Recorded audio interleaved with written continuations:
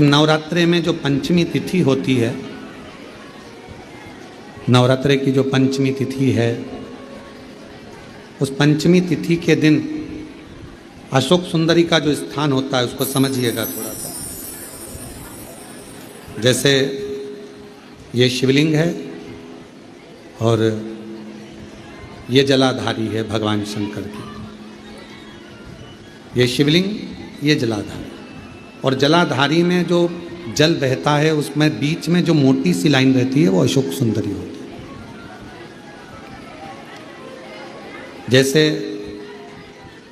कई बेटे हैं, बेटियां हैं, कोई व्यक्ति व्यापार चालू कर रहा है, कोई व्यक्ति अपना नया भवन निर्माण कर रहा है, नए भवन में जा रहा है, या कुछ अच्छी दुकान खोलना चाह रहा है, कोई अपने लक्ष्य पर पहुंचना चाहता है और पहुंच नहीं पा रहा। माँ आद्य शक्ति की पूजन की जो पंचमी तिथि होती है, इस पंचमी तिथि पर अशोक सुंदरी वाली जगह पर, जो अशोक सुंदरी का स्थान है, वहाँ पर लाल पुष्प एक समर्पित करें। जो जलाधारी है, माँ पार्वती, जगत जननी, जगदम्बा, अम्बा, भवानी मैया, दुर्गा का हस्त कमल, इस पर 7 जगह पर कहीं पर भी लाल चंदन की बिंदी 7 स्थान पर कहीं पर भी रखें, और 1 लोटा जल शिव जी को पंचमी के दिन, नवरात्र पंचमी के दिन कामना करते हुए उत्तर की ओर मुख कर कर, अर्थात यहाँ बैठते हुए शिव जी पर जल चढ़ाना प्रारंभ करें, और अपने मन की कामना कहकर बाबा के पास में जो लाल पुष्प समर्पित करा है, उस पुष्प को अशोक सुंदरी वाली जगह से वापिस लेकर आ जाए। जिस लक्ष्य को आप पाना चाहते हैं, अच्छी पढ़ाई कर रहे हो, खूब अध्ययन कर रहे हो, खूब मेहनत कर रहे हो, खूब पढ़ो, कोई दुकान खोल रहे हो, व्यापार चालू कर रहे हो, कोई नया कार्य चालू कर रहे हो, उस पुष्प को अपने स्पर्श कर कर या उस पुष्प का दर्शन कर कर आप एक बार जाकर देखो, आपको उस मंजिल तक माँ आद्य शक्ति, दुर्गा भवानी, शिव पहुंचा कर शंकर। और एक निवेदन करूं आप लोगों से कि बन सके दुर्गा सप्तशती का पाठ अगर करते हो या दुर्गा सप्तशती को आप पढ़ते हो, तो हिंदी का उसमें नीचे लेख आते रहते हैं, बहुत सारे वर्णन आते हैं, उसका भी पढ़ेंगे तो उसमें बहुत सारी बातें आपको बहुत अच्छी अच्छी, देवी भागवत में, दुर्गा सप्तशती में, इनमें बहुत सुंदर सुंदर कल्याण का, यदि गीता प्रेस गोरखपुर से जो कल्याण निकलती है, उस कल्याण का यदि देवी अंक अगर आप पढ़ेंगे माता दुर्गा भवानी पर, बड़ा सुंदर, उसमें भी बहुत सी चीज़ें हैं, माँ आद्य शक्ति की आराधना की, साधना की, पूजन की पद्धति, बहुत सुंदर, उसका ध्यान करें।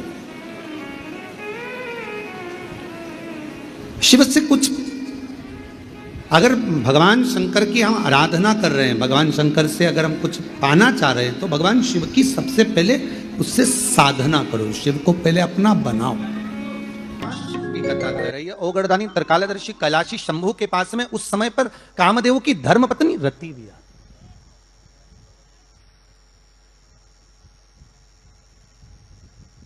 जिसके नयनों में जल भरा हुआ।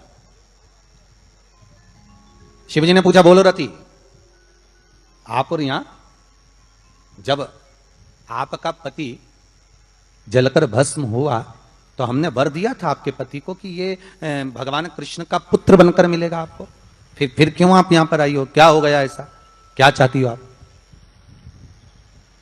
फिर आने का कारण क्या है आपका, किस लिए पधारी हो आप। महाराज, मेरा पति जो जलकर भस्म हुआ था, उसके भस्म होने पर मेरे ऊपर भी केस लगाया। तो भाई केस तुम्हारे ऊपर किसने लगाया, ऐसा क्या हो गया कि तुम यहां मेरे पास में? प्रभु, बात इतनी सी है कि मेरा पति जब आपके नेत्रों की ज्वाला द्वारा जलकर भस्म हो रहा था, उस समय पर वो आम के पेड़ पर बैठा हुआ था। कौन से पल्लव थे? आम के पल्लव, आम के डालियों में, आम के पल्लव में मेरा पति छुपा हुआ।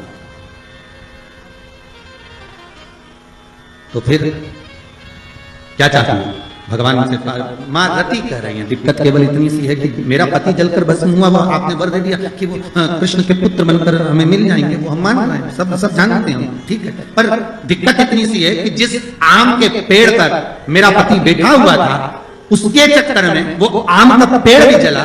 तो वो आम का पेड़ जो जला, उसने मुझसे कहा है कि पति का तो उद्धार हो गया, पर हमारा उद्धार कैसे?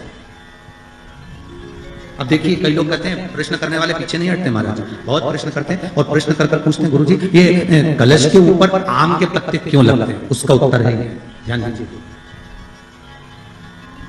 प्रश्न बहुत है तो उसके उत्तर भी बहुत है, बस उसको समझने वाला चाहिए।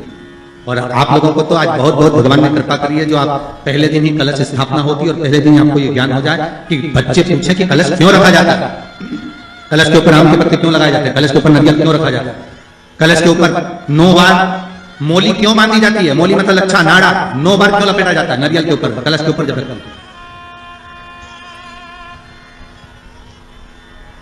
कलश के ऊपर जब श्रीफल रखाता है, नारियल रखाता है, तो उस पर 5 बार 7 बार मोली नहीं लपेटी जाएगी, तो 9 ही बार लपेटी जाएगी। 5 या 7 बार लपेटते हैं तो कहते हैं कि लक्ष्मी की छिन्नता होती है, और वो 9 बार लपेटी जाती है तो भरपूर लक्ष्मी का भंडार भरती है।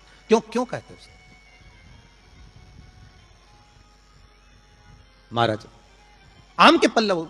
तो मैं केवल आपसे इतना सा निवेदन करना चाहती हूँ, आपसे केवल इतना कहना चाहती हूँ कि प्रभु मेरे मन का संशय मिटा दीजिए, और जो आम का वृक्ष मेरे पति के साथ जलकर भस्म हुआ है, उसकी विनती को आप स्वीकार कर लीजिए। आप उसके लिए भी कुछ कृपा कर दीजिए।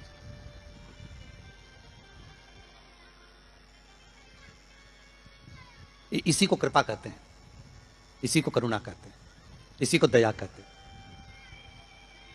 भगवान बोले अब आप आई हो रति, ठीक है, मांगो क्या चाहिए, बस इतनी कृपा कर दीजिए कि आम के वृक्ष का भी उद्धार कर दो।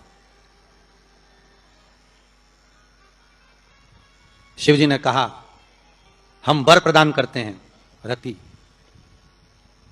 जहां शिव और शक्ति है, जहां 33 कोटि देवता इस कलश के अंदर विराजमान होंगे, उस जगह पर स्वयं कंठ पर जहां पर मेरा निवास होगा, उस जगह पर ये आम के पल्लव अमृत के तुल्य माने जाएंगे, और इनका निवास हमारे ही हाथ में, हमारे ही हस्त कमल में विराजमान होगा, हमारे ही हाथ में। कितना सुंदर है महाराज जी। उस आम के पल्लव की महत्वता को जरा जानिएगा, बहुत बहुत ध्यान दीजिएगा। आम के पत्ते देखें आप लोगों ने? अरे बोलो, जम के तो बोलो। देखें, उसका प्रयोग कभी आप लोगों ने करा? आम के पत्ते का कभी प्रयोग कर देखिएगा। अभी तो नवरात्रि चल रही है, नवरात्रे में जब 5वां दिन नवरात्रे का रहे, चैत्री नवरात्रे का 5वां दिन रहे, और मान लो कि आपके घर में किसी बच्चे की, लड़के की या लड़की का या मंगल विवाह नहीं हो रहा हो, या शादी नहीं हो रही हो, या उस लड़के लड़की के लिए बहुत प्रयास कर लिया आपने, उसकी शादी हो ही नहीं रही, अथक प्रयास आपने कर लिया और उसका मंगल विवाह नहीं हो रहा, तो ये देवी भागवत में स्पष्ट कहा गया, देवी भागवत में वर्णन किया गया, देवी भागवत में वर्णित किया गया,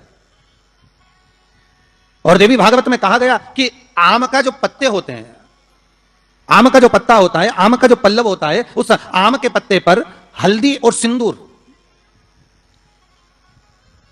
इन दोनों से स्वस्तिक का निर्माण किया जाए। देवी भागवत का संवाद है, बहुत ध्यान देना महाराज। जिन कन्याओं का विवाह ना हो पंचमी के दिन, नव